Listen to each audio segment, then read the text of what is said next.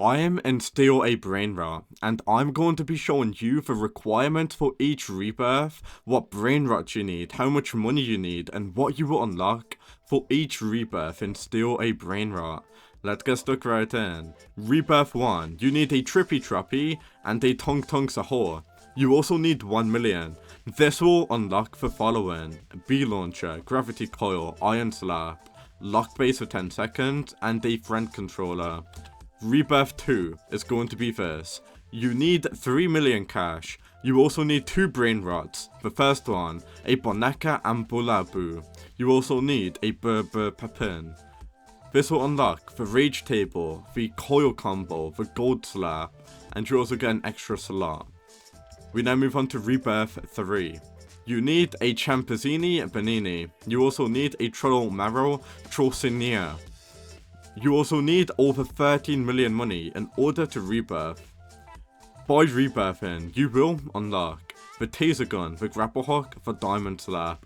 You will also unlock more base time, and you will also unlock an extra slot. In order for you to unlock rebirth number 4, you need 35 million cash. You also need a Chef Cabra Cadabra. You also need a Global Frodrillo. This will unlock Boogie Bomb, Invisibility Cloak, Emerald Slap, and an extra base slot. In order for you to unlock Rebirth number 5, you need 100 million money. You need a Friggle Camelo. You also need a Orangatini Assassinini.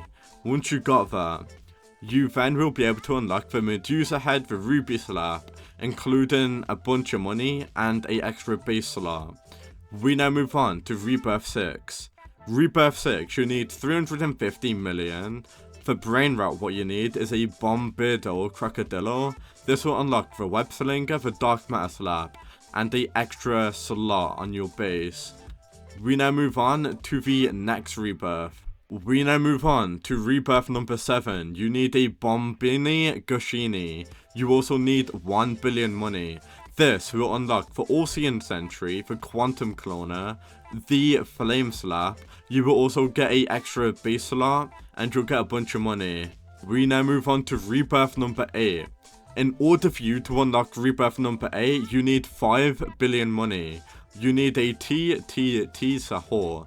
Once you got those requirements, you then will be able to unlock the Rainbow Wraith Sword, the Nuclear Slap, and the extra base slot, and a bunch of money as well.